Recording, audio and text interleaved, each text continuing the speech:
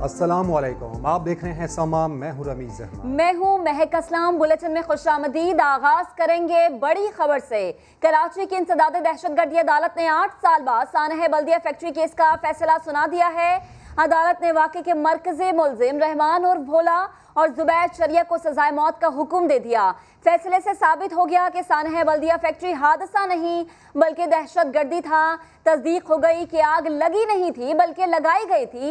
इंसदाद दहशत गर्दी अदालत ने उस वक्त के वजीर सनत सिंध रऊफ सिद्दीकी को बरी कर दिया। डॉक्टर सत्तार, अली हसन कादरी और अरीब खानम भी केस से बरी हो गए। केस में अदम शवाहिद की बुनियाद पर चारों मुल्जिमान को बरी किया गया। जमानत पर रिहा फैक्ट्री के चारों चौकीदारों को गिरफ्तार कर लिया गया। 8 साल पहले MQM के कारकुनों ने भत्ता ना देने पर 259 फैक्ट्री मुलाजमीन को जिंदा जला दिया था। तो अहम ये डेवलपमेंट है जिससे मुतालिक आपको आगाह कर रहे हैं। कराची के इंसदाद दहशतगर्दी अदालत ने 8 साल बाद सानह बल्दिया फैक्ट्री केस का फैसला सुना दिया। अदालत ने इस वाक़े के मरकजी मुलजिम रहमान भोला और जुबैर चरिया को सजाए मौत का हुक्म दिया है। फैसले से साबित हो गया कि सानिया बल्दिया फैक्ट्री हादसा नहीं बल्कि दहशत गर्दी था। तस्दीक हो गई कि आग लगी नहीं बल्कि लगाई गई थी।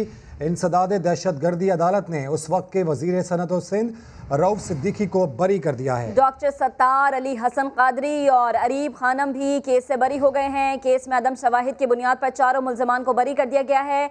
जमानत पर रिहा फैक्ट्री के 4 चौकीदारों को गिरफ्तार कर लिया गया है। 8 साल पहले MQM के कारकुनान ने भत्ता न देने पर 259 फैक्ट्री मुलाजमीन को जिंदा जला दिया था।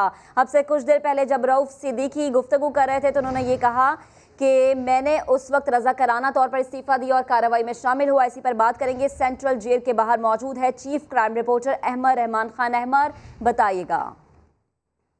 बल्दिया टाउन केस एक तारीखी केस था कराची का जिसमें 259 अफराद को जला के जो है वो कत्ल किया गया। अब ये बात जो है वो अदालत से भी साबित हुई है, जिसके बाद इंसदाद दहशतगर्दी की अदालत नंबर 7 की जानिब से ये फैसला सुनाया गया है कि इस केस में गिरफ्तार होने वाले 2 मरकजी मुलजिम जिसमें रहमान भोला और जुबैर उर्फ चरिया शामिल हैं, उनको सजाए मौत के अहकाम जो है वो जारी कर दिए गए हैं। सजाए मौत का फैसला जो है वो सुनाया गया है अदालत की जानिब से। साथ ही साथ जो इसमें दीगर मुलजिमान थे जिसमें जो है वो रऊफ सिद्दीकी हैं MQM के रहनुमा, उनको जो है वो बरी कर दिया गया है इस केस से। काफी खुश जो है वो भी दिखाई दिए। अदालत से बाहर आके उन्होंने गुफ्तगू भी की है तो उनका ये कहना है कि इंसाफ के तकाजे इस केस में पूरे किए गए हैं। जो दीगर मुल्जिमान थे उनमें से जो चार सहूलतकारी के जुर्म में भी जो है वो उनको अभी अरेस्ट जो है वो किया गया है, उनको भी जो है वो सजा दी जाएगी। लेकिन उसके हवाले से बताया जो है वो नहीं गया है क्योंकि डिसीजन जो लॉन्ग डिसीजन है वो आना जो है वो अभी बाकी है। ठीक है, तो अहम और तारीखी ये केस था जिसमें 259 अफराद को ज़िंदा जलाया गया और आज ये साबित हो गया कि यहाँ पर आग लगी नहीं बल्कि लगाई गई थी। रहमान भोला, जुबैर चरिया, इन्हें सजाए मौत सुनाई गई है, जबकि जो दीगर मुल्जिमान थे इस अहम मुकदमे में रऊफ सिद्दीकी उन्हें बरी कर दिया गया है, जबकि जो 4 दीगर सहूलतकार थे उनके हवाले से भी अभी फ़ैसला आना बाकी है। जैसे ही तफसीली फ़ैसला आएगा तो इस मुतालिक भी मज़ीद अपडेट सामने आ जाएंगी। बल्दिया फैक्ट्री केस के इन्वेस्टिगेशन ऑफिसर साजिद सदोजई कहते हैं फैसले से लोगों का सिस्टम पर एतमाद बहाल होगा। यो था और भी इस केस के आयो थे और इसको प्रोसिक्यूटर हमारे साजिद साहब थे, तो बड़ी खुशी की बात है। इससे इंशाल्लाह लोगों का हमारे पूरे जो जस्टिस सिस्टम है उस पर एतमाद बहाल होगा और अल्लाह का शुक्र है हमने पूरी कोशिश की है और इंसाफ हुआ वो नज़र भी आया है, तो इसमें ज़ाती तौर पर बड़ी खुशी हुई है मुझे। और समा के नुमाइंदे खुर्शीद आलम इस वक्त सानह बल्दिया फैक्ट्री के मुतासरीन के साथ मौजूद हैं। खुर्शीद, बताइएगा इस फैसले के बाद क्या तासुरात हैं इस फैमिली के? अच्छा, बिल्कुल 8 बरसों में ये लोग अपना गम नहीं भूले थे और आज एक मरतबा फिर इनका गम इस तरह ताज़ा हुआ है कि अदालत का फ़ैसला अभी सामने आया है। कैमरामैन कामरान आपको दिखाएंगे कि ये कुछ माएँ हैं जो अपने बेटों की तस्वीरें लेकर आज भी खड़ी हैं। पहले मैं इनसे मालूम करता हूँ, आज फैसला आ गया, क्या कहना चाहेंगी? कुछ इत्मीनान हुआ आपको? इत्मीनान क्या आएगा, सेठ को भी लाया जाए, वो भी तो मुजरिम है ना। सेठ तो कुछ नहीं किया, हम लोग को 8 साल हो गया अहमियत रखता है। हम लोग को जो पेंशन भी मिल रहा था 5 साल के बाद वो भी बंद हो गया। अब हम लोग कहाँ जाएं? अब बोलिए, बेसहारा हो गए ना, बच्चे जो चले गए। जी हाँ, बिल्कुल इनका ये कहना है कि सेठ को भी, जो मालिकान उनको भी लाया जाए। सईदा खातून इस पूरे मामले को लेकर आगे बढ़ती रही हैं। आज आपको कैसा लग रहा है मैडम? मैं आपको यानी कि कल या परसों इस मसले का बताऊंगी अपनी राय। और दूसरा, ये अगर भत्ताखोरी है, अब भत्ताखोरी करार दिया है, तो फिर मालिक कहाँ है? मालिक से भत्ता मांगा गया था और मालिकान से, यानी कि मालिकान ने मालिकान से भत्ता मांगा था और मालिकान ने यानी कि किसी की मदद क्यों नहीं ली, फैक्ट्री क्यों नहीं बंद किया, यानी कि क्यों फैक्ट्री चलाया, गेट खुली हुई नहीं थी, बंद थी। हम यानी कि हम सब 260 शहीद के जो फैमिलीज हैं सब मुजरिम करार देते हैं मालिकान को। बिल्कुल, इन सब का ये कहना है कि जो फैक्ट्री मालिकान थे उनको भी इस मामले में दोबारा शामिल किया जाए, उनको भी इसी तरह ट्रायल किया जाए, क्योंकि इनकी नज़र में असल मुजरिम वो भी है कि जिसने फैक्ट्री को धमकी मिलने के बावजूद, वो सारे मामला होने के बावजूद फैक्ट्री चलती रही, लोगों के लिए सेफ़ एग्ज़िट का कोई इंतज़ाम नहीं था।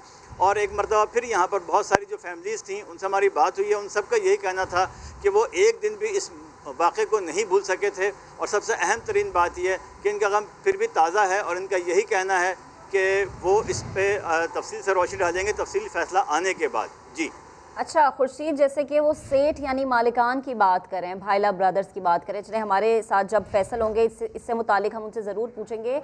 जो इनको पैसे देने की बात की गई थी वो इससे मुतालिक वो कुछ कहते हैं कि चले फैसला तो आ गया, 8 सालों के बाद इनको कुछ ठंडक मिल गई, लेकिन जो इनकी मदद की बात की गई थी, जो इन्हें पैसे हर महीने देने की बात की गई थी, उससे मुतालिक ये कुछ बता रहे हैं।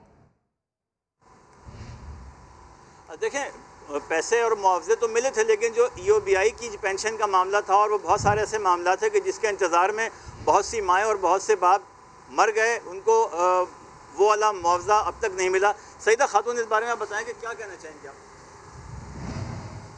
मैं EOBI पेंशन के बारे में बात करूंगी। जो EOBI पैरिश की जो पेंशन है ये कानून में नहीं है, लेकिन हमें पेंशन दी गई क्योंकि हाई कोर्ट में हमने केस किया था और हाई कोर्ट जज साहब ने यानी कि कोर्ट की राय हमें पेंशन मिली। लेकिन 5 साल के बाद 2017 में ये पेंशन बंद हो चुकी। इसके अलावा 9 करोड़ रुपए जो दिया गया है वो पैसे कहाँ हैं, किसे मिली?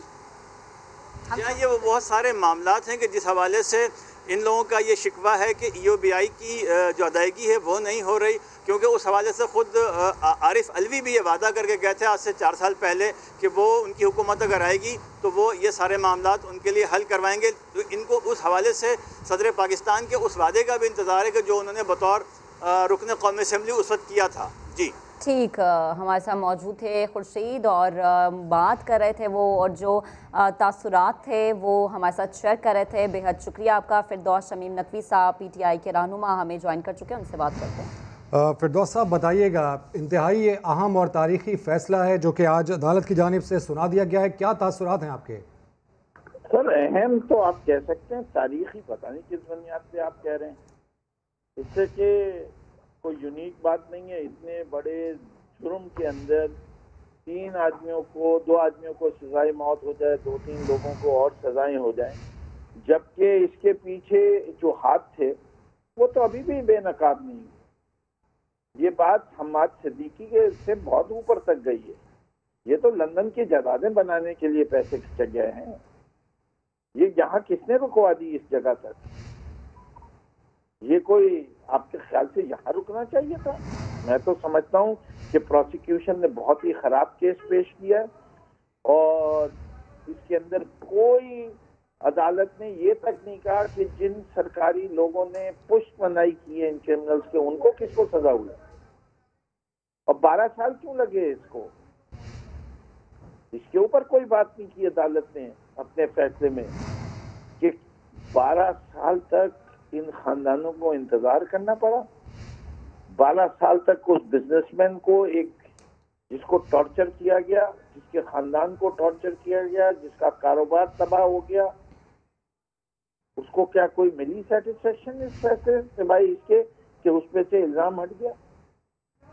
अच्छा फिरदौस साहब, कता कलामी की माजरत, एक तो 8 साल है, ये 8 साल इंतजार किया, 2012 8 साल हो गए, सॉरी मैं वो 2012 से वो जी 8 साल जी। अच्छा, आप कह रहे हैं केस के पीछे जो हाथ है वो बेनकाब नहीं हुआ, आपको क्या लग रहा है किसके हाथ है? क्योंकि 2 मेजर नाम तो सामने आ गए, रऊफ सिद्दीकी साहब को बरी कर दिया गया। मैं ये समझता हूँ कि जो भी प्रोसिक्यूशन कर रही है, आपने JIT पढ़ी है, JIT के अंदर तो बहुत सारी चीजें और भी लिखी थी।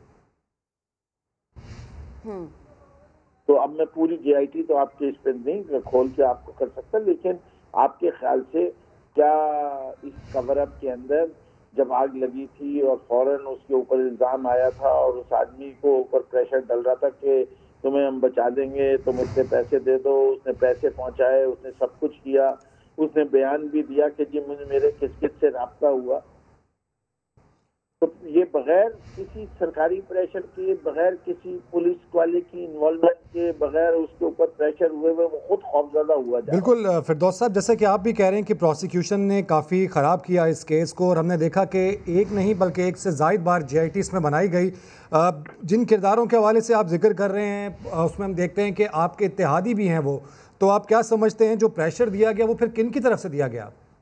जी देखिए, पहली चीज़ तो ये है, आप जिस तरीके से इम्प्लाई कर रहे हैं मैं उस पर मुझे सख्त एतराज़ है। मेरा कोई मुजरिमों से रिश्ता नहीं है, ना वो मेरे इत्तेहादी हैं। मुजरिम मुजरिम होता है, ये नहीं होता कि अगर कोई शख्स किसी जमात से ताल्लुक रखता हो और वो मुजरिम डिक्लेयर हो जाए तो आप पूरी जमात को मुजरिम डिक्लेयर कर दें, ठीक है ना। उस जमात के अंदर जो जो मुजरिम आप आपको पकड़े मेजर तो कोई इतराज नहीं है, मैं तो हर मुजरिम को सजा होनी चाहिए। ठीक है, बेहद शुक्रिया। पाकिस्तान तहरीक इंसाफ के रहनुमा और शमीम नकवी साहब समा से गुफ्तगू कर रहे थे। और आपको बताएं कि MQM रहनुमा रऊफ सिद्दीकी ये कहते हैं कि आज अदालत ने इंसाफ कर दिया। अदालत के बाहर मीडिया से गुफ्तगू में उनका कहना था कि वो जब पेशी पर आते थे तो रात भर बेचैन रहते थे, मुतासरीन की चीखें कानों में गूंजती थीं। मुझे इंसदाद दहशतगर्दी कोर्ट से इंसाफ मिला है, मैं अल्लाह ताला का शुक्रगुजार हूँ और आप सुबह से यहाँ पे मौजूद हैं। बहरहाल ये इतना अंधोनाक सानिया है, उस साने के में जब लोग जल रहे थे तो उनके लवाकिन की चीखें आज तक मेरे कानों में भरी हुई हैं। ये 260 शहीदों का उनकी अरवा भी आज ये देख रही होगी। वो मंज़र जब मैं हर पेशी पे आता था यहाँ पर सानिया बल्दिया में, तो वो रात में नहीं भूल पाता था और वो तकलीफ़ मेरे जहन में उस दिन पूरे दिन रहती थी। लेकिन बहरहाल अल्लाह ताला बड़ा मसबब असबाब है। जितने भी लवाकिन जेन्युइन थे उनकी एक फहरिस्त मुरतब हो गई है, अब उसके ऊपर कोई जालसाजी नहीं हो सकती, उन सबको मिलेगा। तो कराची की इंसदाद दहशतगर्दी अदालत ने 8 साल के बाद सानह बल्दिया फैक्ट्री केस का जो फैसला सुनाया है उसमें रऊफ सिद्दीकी को बरी कर दिया गया है, जबकि रहमान भोला और जुबैद शरिया को सजाए मौत सुनाई गई है। इसी पर बात करेंगे, हमारे साथ मौजूद है bureau chief Karachi Faisal Shakeel studio में और इरफानुल हक भी हमें टेलीफोन लाइन पर ज्वाइन कर चुके हैं। फैसल, आपकी तरफ आती हूँ। सबसे पहले तो जो बल्दिया फैक्ट्री के मुतासरीन ने सवाल किया था सेठों वाला, मालिकान वाला, यानी कि भाईला ब्रदर्स वाला, ज़रा मुझे इस पे रहनुमाई कर दें कि वो कह रहे हैं कि जी वो कहाँ पर हैं, उन्होंने क्यों कोई राब्ता नहीं किया अगर भत्ते की कॉल दी गई? जी बिल्कुल, उनका ये कहना दुरुस्त है, क्योंकि ये मुतासरीन है, उनका ये कहना था कि अगर इन्हें भत्ते की कॉल आई थी तो इन्हें पुलिस से इत्तला देनी चाहिए थी और सिक्योरिटी के इंतज़ामात करने चाहिए थे। इनके मुतासरीन का ये कहना है कि फैक्ट्री मालकान भी जो है वो इसमें शराकतदार हैं, क्योंकि उनकी गफलत और लापरवाही की वजह से जो है वो उनके प्यारे जान से गए। तो उनका ये मौक़िफ़ है और इस वक्त जो है वो फैक्ट्री मालकान बाहर है। जब ये सानहा हुआ था, जब ये 259 अफराद जाबाक हुए थे और फैक्ट्री में आग लगी थी, तो उस वक्त ये कहा गया था कि ये फैक्ट्री मालकान की गफलत थी, लापरवाही थी, फैक्ट्री में इंतज़ामात नहीं थे, एग्ज़िट गेट नहीं थे और जो ग्रिलें लगी थी वो बंद थी। इसी पर जो है वो पहला मुकदमा जो है वो ये रऊफ सिद्दीकी साहब के कहने पर दर्ज किया गया था फैक्ट्री मालकान के ख़िलाफ़, जिसमें भाईला बरादरान जो है उनको नामज़द किया गया था। और उसी मुकदमे के बाद जो है वो ये प्रेशर डाला गया था कि ये इन पर मुकदमा है और ये मुतासरीन के लिए पैसे दें, और 5 करोड़ रुपए जो है वो एक अकाउंट से दूसरे अकाउंट में आए थे। जिस अकाउंट में आए थे वो अली हसन कादरी, अरीब और डॉक्टर सत्तार के थे, और इनके अकाउंट में जब वो पैसे आए थे और ये कहा गया था कि इस केस में जो है वो अनीस कायम खानी के कहने पर कि केस को हम दबाएंगे तो ये किया जाए। लेकिन साबित ये हुआ समाअत के दौरान, और ये हुआ कि ये चारों मुल्ज़िमान जिसमें रऊफ़ सिद्दीकी, डॉक्टर सत्तार, अली हसन कादरी और अरीब खानम है, इन्हें बेगुनाह करार दे दिया, बरी कर दिया, इनके ख़िलाफ़ शवाहिद नहीं मिले। तो ये साबित तो नहीं हो सका। लेकिन जो फैक्ट्री मालकान के बारे में बात की जा रही है वो बैरून मुल्क हैं, और वहाँ पर उन्होंने जब एक किरदार सामने आया रिजवान कुरैशी, जिसने बताया कि ये हादसा नहीं बल्कि दहशतगर्दी की कार्रवाई है और 20 करोड़ रुपए भत्ता अमाद सिद्दीकी ने मांगा था, और ना देने पर जो है वो ज़ुबैर चरिया और रहमान भोला के ज़रिए एक जो है वो मुल्ज़िमान की टीम आई और उन्होंने बाकायदा मनसूबाबंदी के तहत आग लगाई। इस पे JIT ने जो है वो टर्निंग पॉइंट लिया और पूरी तहकीकात हुई और ये समातें होती रहीं। 400 गवाहान ने बयान रिकॉर्ड कराए, 177 समातें हुई, और ये तमाम चीज़ें होने के बाद आज इंसदाद दहशतगर्दी अदालत ने ये फ़ैसला सुनाया है कि रहमान बोला और ज़ुबैर चरिया को फांसी की सज़ा सुनाई है, जबकि ये 4 मुल्ज़िमान जिसमें सहूलतकारी का इल्ज़ाम लगाया है चौकीदारों को, उनको सज़ा 109 के तहत जो है सहूलतकारी के तहत उम्र कैद की सज़ा सुनाई है, और बाकी 4 मुल्ज़िमान जिसमें रऊफ़ सिद्दीकी थे, डॉक्टर सत्तार, अली हसन और अरीब, इन्हें जो है वो बरी कर दिया है। अभी तफसीली फ़ैसला आना बाकी है। तफसीली फ़ैसले में पता चलेगा इमाद सिद्दीकी के बारे में जो है वो अदालत ने क्या फ़ैसला सुनाया है। वो इश्तिहारी थे इस केस में, उन्हें कितनी सज़ा बिल्कुल फैसल देखना होगा कि तफसीली फ़ैसला क्या आता है। हमारे साथ ही रहिएगा। रेंजर्स प्रोसिक्यूटर साजिद महमूद शेख का कहना है कि रहमान भोला और ज़ुबैर चरिया को 264 बार सजाए मौत का हुक्म दिया गया है। आपको बताएं कि वो कह रहे हैं कि 4 चौकीदारों को सहूलतकारी साबित होने पर सजा दी गई है। चारों चौकीदार जमानत पर थे, हिरासत में ले लिया गया है। फैसला ये है कि डिसीज 264 डिसीज थे, तो रहमान भोले को और ज़ुबैर चरिया को 264 मरतबा सजाए मौत हुई है, और जो थे चौकीदार 4 उनको 109 में और 21I में उनको सज़ा दी गई है। उनको कस्टडी में ले लिया गया और 109 में उनको सज़ा होगी है, 133 होगी उनकी सज़ा जितनी टोटल है, तो वो करेंगे। और बाकी जो 2 मेन मुलज़िम थे उनको 264 मरतबा सज़ा मौत। अच्छा, कोई जुर्माने भी आयद किए गए सर? जी, अभी वो तफसीली फैसला भी देखते हैं तो उसमें पता चलेगा कि इसमें जुर्माने कितने हैं। रऊफ़ सिद्दीकी और उन समेत कुछ और लोगों की बेल भी हुई है? नहीं, जो बेल पे थे ना, चौकीदार भी बेल पे थे, उनको चारों को कस्टडी में आ गए। और 4 थे ये इकबाल अदीब खानम, उमर हसन कादरी, और उसके अलावा ये था क्या नाम है उसका, रऊफ़ सिद्दीकी। ये तकरीबन ये 4 लोग ये थे, डॉक्टर अब्दुल सत्तार, ये 4 लोग थे, इनको बरी कर दिया कोर्ट में कि इनके खिलाफ जो साबित हुआ। पाकिस्तान का 9/11 जिसके हवाले से आज फैसला सामने आया है, और ये बात इसमें इस्टेब्लिश हो गई है कि आग लगी नहीं बल्कि लगाई गई थी। तो 177 समातें थी जो कि इस अहम मुकदमे की हमने देखी, और ऐसे में जो आज फैसला आया है इसमें रऊफ़ सिद्दीकी, जिन्हें अहम किरदारों में से गर्दाना जा रहा था, उन्हें बरी किया गया है, जबकि रहमान भोला और ज़ुबैर चरिया इन दोनों को सजाए मौत दे दी गई है। इसी पर मज़ीद बात करेंगे। समा के नुमाइंदे इरफान उलग भी हमारे साथ मौजूद हैं। इरफान, हम देखते हैं कि काफ़ी अहम समातें हुई इस मुकदमे की, JIT भी एक से ज़ायद बार बनी। जो चीज़ इस्टेब्लिश हुई वो ये कि मुनज़्ज़म अंदाज में जो भी किया गया वो किया गया। तो आपको लगता है कि जो असल किरदार थे उन तक जो प्रोसिक्यूशन है वो पहुँच पाई थी और अदालत ने उन्हें सज़ा भी सुनाई? देखिए रमीज़, इस मुकदमे के 2 पहलू थे। एक तो जिसका आपने जिक्र किया कि ये इस्टेब्लिश हुआ कि ये दहशतगर्दी की कार्रवाई है और ये आग लगी नहीं और लगाई गई है। जाहिर है कि ये अदालत में जब इस नतीजे पर पहुंची है कि ये आग लगाई गई है और दहशतगर्दी का वाक़या है, इसीलिए मरकजी जो मुजरिम थे दोनों, ज़ुबैर चरिया और अब्दुर्रहमान भोला, दोनों को सजाए मौत सुनाई गई है। मगर जो दिलचस्प पहलू ये है कि इसमें इब्तिदा से ही जब रिजवान कुरैशी बयान सामने आया था तो MQM का नाम लिया जा रहा था। जो अभी बज़ाहिर जो ऑपरेटिव पार्ट हमारे सामने आया है फैसले का, उसके मुताबिक हमें ऐसा लगता है कि MQM से निकलती हुई नजर आ रही है, क्योंकि MQM के हवाले से 2 पहलू थे। एक रऊफ़ सिद्दीकी का किरदार, दूसरा अनीस कायम खादी और अमाद सिद्दीकी का किरदार। अमाद सिद्दीकी के हवाले से ज़ाहिर है कि अभी सूरत हाल क्लियर नहीं है। तफसीली फैसले में पता चलेगा कि वो इख्तियारी करार दिए गए थे, अब उन्हें बरी कर दिया गया है, या आगे उनके लिए अदालत ने उन्हें उनके दायमी वारंट जारी किए हैं और उनके मुजरिमान की फहरिस्त में रखा है।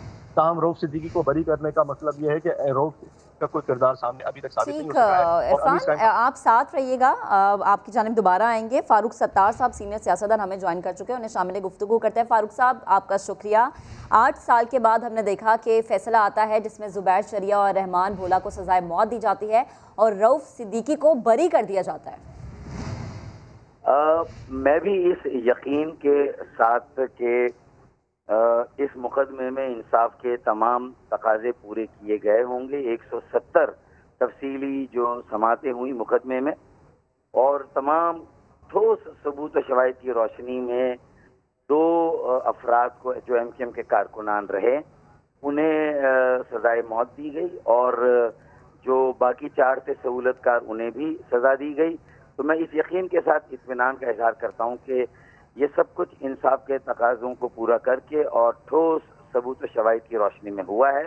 और सबसे जो मैं समझता हूँ कि इसका मस्बत पहलू है कि 259 अफराद जो इस लर्जा खेज सानहे में जहाँ बहक हुए उनके लवाहिकीन बहुत मुतमईन है और ये बात आम है कि 8 साल के बाद ही सही लेकिन इंसाफ हुआ है।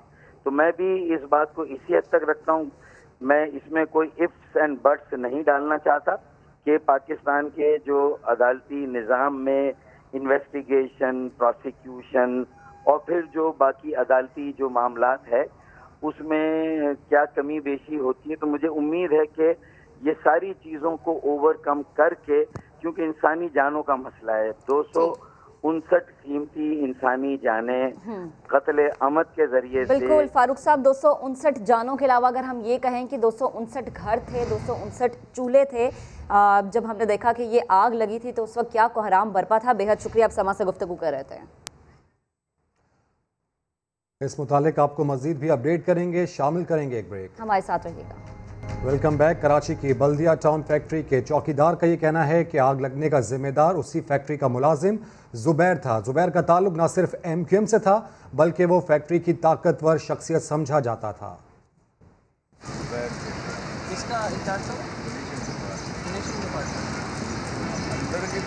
चौकीदारों को पता वो पावरफुल आदमी था, जैसे दो भाई सेठ थे, ये 4 पावर।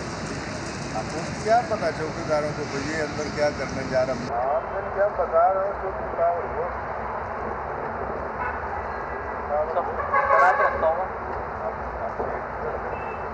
अदालत में बयान दिया सेठ ने कहा कि फिर उसको निकाल कर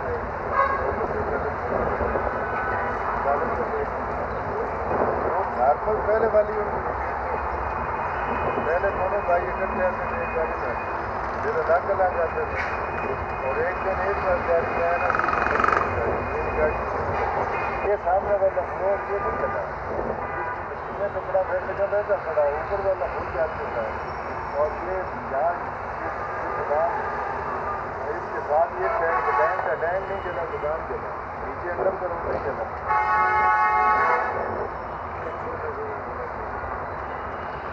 शेड मारे कहते थे ना लोग, बहुत जानी है आपको लगवा दी इसके नीचे बेस में नहीं चला, इसमें नहीं चला वहाँ आदमी रास्ते के ऊपर बाजार आप कह रहे थे दो रास्ते तो पहले पिघल के गिर गई, सीढ़ियाँ गिर गई, मतलब फैक्ट्री की छत नहीं गिरी, जहाँ आग लगी तो वो नहीं गिरी, सीढ़ियाँ गिर गई। सीढ़ियों के ऊपर ही तो ज्यादा वो जोर था, कपड़े को आग नहीं थी, उस फर्श के ऊपर आग आ रही और इतनी तकलीफ से आ रही थी कि हम थोड़ा आगे हुए तो हमें भाग के पीछे जाना पड़ा गोदाम के। हाँ ये बाइटें बड़ी थोड़ी सी आग इतनी जगह बनी, हमने कहा कि पानी टंका और बोला वो 20 मिनट पानी टंका जल्दी में। कराची के इलाके मवाज कोट के रिहायशी लियाकत बल्दिया फैक्ट्री में आग लगने के बाद मुआजजाना तौर पर बच निकला, लेकिन 8 साल बाद भी सानहा उसके जहन में ताज़ा है। कहते हैं दिल खराश वाक़या याद आता है तो रोंगटे खड़े हो जाते हैं। जैसे याददाश्त मेरा ये भूला नहीं हूँ, ज़िंदगी भर नहीं भूलूंगा। अभी बैठे बैठे आपके साथ सही हो बात करता हूँ, ठीक है, जहन माजी में ऐसे खोल जाता है वो सब चीज़ें अभी भी आंखों के सामने। सीढ़ियों से उतरने लगा ना मेरी नज़र आग पे पड़ी, इधर ही मैं गिर गया डायरेक्ट। या अल्लाह खैर, पे आग लग रहा है। माल के उस तरफ जो कोने वाला साइड है ना, आग वहाँ से सारा यूँ गोल दायरा जल के, ये जो तख्ता है ना, तख्ता ये एकदम जो है ना आंखों के सामने धड़ास करके गिरा। वो मजदूर भी पता नहीं निकले या नहीं निकले, अल्लाह आलम। उसके बाद कंपनी जली, दूसरी फ्लोर पे जली, तीसरी पे जलती गई। दुनिया खड़ी है, देख रही है बिल्कुल। वहीं से गेट से बाहर नीचे से फैली, 2 मिनट में डिपार्ट जो है ना ऐसे लहर की तरह आई, झप करके लगा। वो जो तख्ते वाला डिपार्ट था, इतनी लकड़ियाँ, एक ट्रक माल एक तरफ ऊपर रखा होता है, एक ट्रक माल एक तरफ ऊपर रखा होता, और ये पैंट है, जीन्स के जैकेट है। मेन गेट से वो भी छोटा गेट खुला होता, बड़ा जो मेन गेट वो ताला लगा हुआ था, वो भी छोटा गेट जैसे आते जाते। मैं भी दरवेश बन गया, वो अभी ऐसा लग रहा है मैं खुद नहीं हूँ।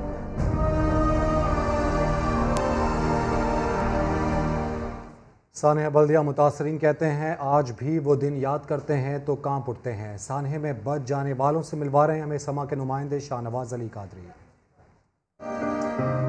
8 साल बीत गए लेकिन जख्म अब भी ताज़ा है। 2012 में बल्दिया फैक्ट्री की इस जलती सुलगती इमारत के शोलों ने सदीक के 22 साला बेटे शहबाज की ज़िंदगी का चिराग भी गुल कर दिया। वो अजियत वाली जो वो रातें हैं हमारे लिए ख़ास करके, 50 दिन जो ना मियाँ बीवी गेट पे बैठे रहते थे दरवाजे पे, कि हो सकता है कि जो ना कहीं से हमारा बच्चा आ जावे। साने में मौज़ाती तौर पर बच जाने वाले सिद्दीक के दूसरे बेटे हनीफ का कहना है कि भाई शहबाज को तलाश करने की बहुत कोशिश की। लाइट बिल्कुल ऑफ हो गई, बिल्कुल अंधेरा छा गया। हम सोचे शायद है ना जनरेटर चलेगा, ऑन हो जाएगी। थोड़ी देर में आवाज़ें आना चालू हो गई कि भागो आग लग गई है। अब कुछ नज़र आए तो बंदा निकले, बिल्कुल समझ लो अंधेरा, कुछ भी नज़र नहीं आ रहा था। तो ये कि कुछ लोग भागते हुए नज़र आए, कुछ लोग गिरते हुए नज़र आए, आवाज़ें भी, चीखो पुकार भी बढ़ गई थी। फिर खिड़कियों से धुआं आने लग गया। लिफ्ट थी डिपार्टमेंट के अंदर, बड़ी लिफ्ट थी, कार्गो लिफ्ट, उसमें से भी धुआं आने लग गया। ये कि फिर मैं भी उठा, मैं भी भागने की मैं भी गिर गया टेबल से टकरा के। फिर कुछ लोग इस तरफ भाग रहे थे, कुछ इस तरफ भाग रहे थे। ये कि एक लड़का जा रहा था, उसके पीछे नज़र पड़ी तो मैं भी उस तरफ भागा। ये कि मैं निकलने में कामयाब हो गया।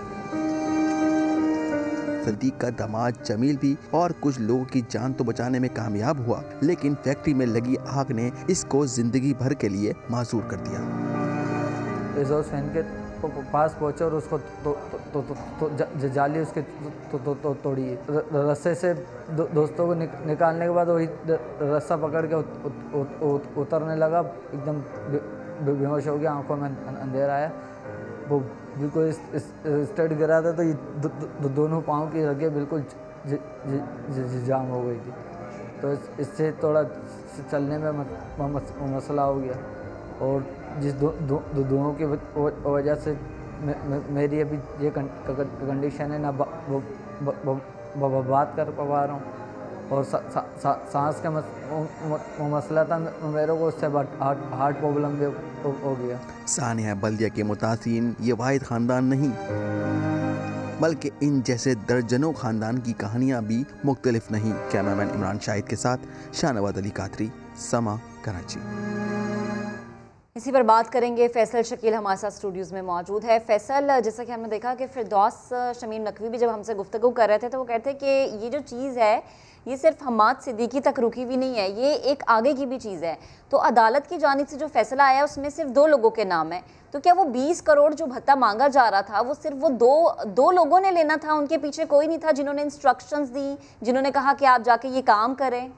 जी देखें, इस फैसले में ये तो साबित हो गया कि ये हादसा नहीं, दहशतगर्दी की कार्रवाई थी। अब जब ये साबित हो गया तो 2 अफराद को फांसी हुई जो कि इस वाक़े में मुलव्वस थे, जिन्हें सज़ा हुई है, ज़ुबैर चरिया और रहमान बोला। तो यकीनन ये वो लोग तो नहीं थे जिन्हें 20 करोड़ रुपए भत्ता लेना था। इन्होंने जो एतराफ़ किया, इंकशाफ किया कि हमाद सिद्दीकी और हमाद सिद्दीकी से लंदन बानी MQM जिन्हें भत्ता जाना था, हमाद सिद्दीकी के कहने पर यह कार्रवाई की। तो यकीनन तफसीली फ़ैसले में उनका भी जिक्र होगा, उन्हें भी वो की जाएगी कि क्या सज़ाएँ हुई हैं, उनको क्या दिया गया है सज़ा। तो अभी तक जो तफसीली फ़ैसला आएगा उसमें तमाम चीज़ें वाज़ेह हो जाएंगी। अच्छा फैसल, हम देख रहे हैं कि जिन दो को सज़ा मिली इस अहम मुकदमे में सियासी वाबस्तगी भी उसकी एक जमात से है, तो कोई ना कोई कनेक्शन उस जमात का भी होगा। और क्या हुआ इस तमाम तर मुकदमे में इस जमात से मुताल्लिक और क्या होना चाहिए था? जी देखिए, जिस वक्त ये सानिया हुआ उस वक्त ये जमात एक थी, अब ये जमात टुकड़ों में है। और जो मौजूदा तौर पर MQM है, उन्होंने जो है वो हमाद सिद्दीकी और दीगर ये मुल्ज़िमान हैं इनसे अलहदगी का इजहार किया है और उनका ये कहना है कि हमारा इनसे कोई ताल्लुक़ नहीं है। लेकिन उस वक्त ये सब एक थे, तो यकीनन होनी तो चाहिए कि इन लोगों का अब जो जैसे कि फ़ारूक सत्तार हो गया, आमिर खान हो गया, दीगर ये भी उस वक्त जो है वो MQM के सरकर्दा रहनुमा थे, तो इनके इल्म में क्यों नहीं था इतना बड़ा वाक़या और इनका क्या किरदार था, ये तमाम चीज़ें भी देखनी चाहिए। अब जब 22 अगस्त के बाद MQM में तब्दीली आई है, तो उसके बाद से MQM के सिर्फ वाहिद रहनुमा थे रऊफ़ सिद्दीकी, जो कि इस केस में थे, जिसे MQM पाकिस्तान जो मौजूदा MQM पाकिस्तान है वो ओन करती थी, लेकिन वो भी बरी हो गए। तो इस फैसले के बाद MQM पाकिस्तान को हम देख रहे हैं कि वो इस फैसले से निकलती दिखाई दे रही है। ठीक, अच्छा MQM पाकिस्तान का साना बल्दिया केस पे रद्द-ए-अमल भी सामने आया है। तर्जुमान ये कह रहे हैं कि रऊफ़ सिद्दीकी की बरियत साबित करती है कि इससे MQM का कोई ताल्लुक़ नहीं है, कोई लिंक नहीं है। और साना बल्दिया के लवाहिकीन से शदीद हमदर्दी का इजहार भी किया गया है। लवाहिकीन को 8 बरस तक फैसले का इंतज़ार करना पड़ा। तर्जुमान MQM का ये मौक़िफ़ है। उम्मीद करते हैं अदालतें लवाहिकीन को इंसाफ की फराहमी यकीनी बनाएंगी। समाज दुश्मन अनासर की सरपरस्ती MQM की पॉलिसी नहीं है। फैसल, अभी जो ये बयान है, आपको लग रहा है कि ये जो तर्जुमान की जानिब से ये रद्द-ए-अमल है, ये रिएक्शन है, इट्स इनफ? क्योंकि ये जो दो लोग हैं इनका तो वाज़े तौर पे स्टैब्लिश है कि इनकी जो MQM से वाबस्तगी थी, तो MQM तो बड़ा जेनेरिक सा बयान दे रही है। ये बड़ा जेनेरिक सा मुझे लगता है ये मौक़िफ़ है। जी बिल्कुल, आपका कहना दुरुस्त है। MQM जो थी पहले एक MQM थी, अब MQM को तकसीम कर दिया, MQM पाकिस्तान और MQM लंदन, और ये तमाम साने की जिम्मेदारी MQM लंदन पर डाल दी गई है कि वो MQM लंदन वाले जो थे वो इसमें इन्वॉल्व थे, MQM पाकिस्तान वाले इन्वॉल्व नहीं थे। और ये इसमें सिर्फ़ और सिर्फ रऊफ़ सिद्दीकी मुलजिम थे जिन्हें अदालत ने बरी कर दिया। इसी पर जो है वो MQM के तर्जुमान का ये रद्द-ए-अमल आया है कि वो उन्होंने जो है वो मजम्मत भी की है इस वाक़े की, दहशतगर्दी की तमाम कार्रवाइयों से लाइलमी का इजहार भी किया और मजम्मत करने के साथ साथ ये भी कहा है कि मुतासरीन को इंसाफ भी मिल जाए। लेकिन उस वक्त जब ये सानहा पेश आया तो MQM लंदन और MQM पाकिस्तान एक ही थी। तो उस वक्त की बात की जाए, अगर हम देखे जाए तो उसी वक्त ये भी जो MQM पाकिस्तान में लोग हैं वो MQM लंदन में भी थे, तो उनकी क्या किरदार था, उनकी क्या इसमें जो थी अमल था, ये तमाम चीज़ें देखी जाएंगी, तफसीली फ़ैसले में पता आएगा। लेकिन MQM पाकिस्तान ने अभी मौजूदा तौर पर इस तमाम वाक़े में रऊफ़ सिद्दीकी की बेगुनाही पर खुशी का इजहार किया है और करना भी चाहिए, क्योंकि उनके वाहिद यही रहनुमा थे जो MQM पाकिस्तान के थे इस केस में, और वो बरी हो गए। उस वक्त की अहम वो हुकूमती शख्सियत भी थे। हमारे साथ रहिएगा, फैसली तौर पर यह अहम मामला है और जैसे ही तफसीली फैसला आएगा तो मज़ीद किरदारों के नाम भी यकीनी तौर पर इसमें सामने आएंगे। बिल्कुल, और वो भी शेयर करेंगे आपके साथ। अभी एक ब्रेक लेंगे, आप हमारे साथ रहिएगा।